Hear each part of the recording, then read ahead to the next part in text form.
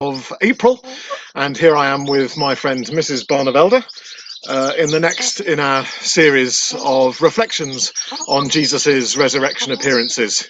A few people got in touch saying they were a bit put off by the cockroach yesterday, so I thought I'd present you with something a bit more endearing tonight.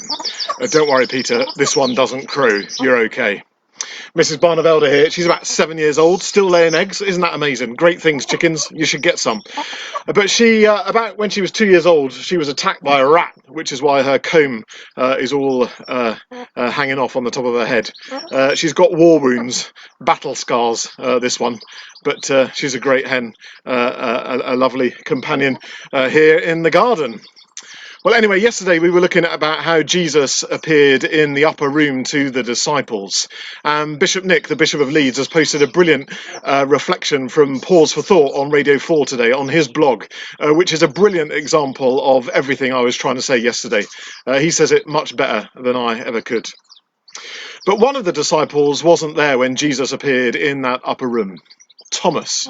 And when he heard the news from the other disciples that they'd seen Jesus, he said, "Oh, guys, no.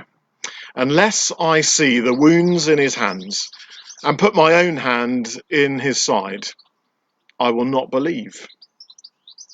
Well, what happens next? Well, a day or so later, Jesus comes looking for Thomas. Have you spotted the theme? We think we're looking for God when all of the time God is coming in search of us. And Jesus appears to Thomas and says, "Okay, Thomas, you touch my wounds. You put your hand in my side." And Thomas doesn't do any of those things. He just confesses Jesus as Lord and believes in him. And down through the centuries, because of all of that, Thomas has been known as Doubting Thomas. I mean, I'm not sure what's bad about doubt, first of all. Doubt's one of those things that helps us to grow in our faith as we take seriously all that we've heard and explore it for ourselves in order to deeply own it in our hearts and in our minds. There's nothing wrong with doubt. But actually, deeper than that even, Thomas actually knows what he's talking about for two reasons. The first is that he knows the resurrection has to be bodily. Unless I see the wounds, unless I can put my own hand in it, I won't believe. It's got to be a physical resurrection. It can't just be a story. It can't just be an imagining. It can't just be wishful thinking.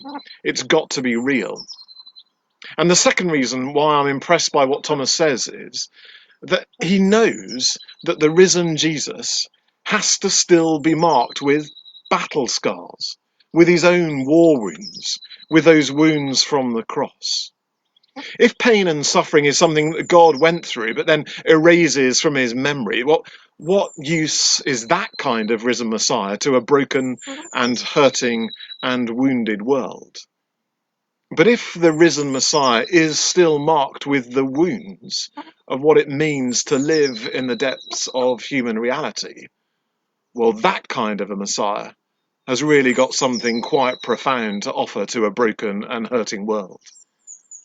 And even as the risen and ascended Jesus sits at the Father's right hand, praying for us, as the Father gazes upon his Son, what does he see in the body of his Son but the very reminders of what it means to love humanity, of what it means to work through redeeming and saving humanity, of what it means to break the power of evil and death in this world, so that we might live in freedom and in light. So give up on the doubting when you refer to Thomas. He knew what he was talking about. This Jesus truly was risen from the dead. And rather than just forgetting about pain and suffering, no, this risen Jesus transforms it all. So when it comes to him, just Thomas will do. Thanks.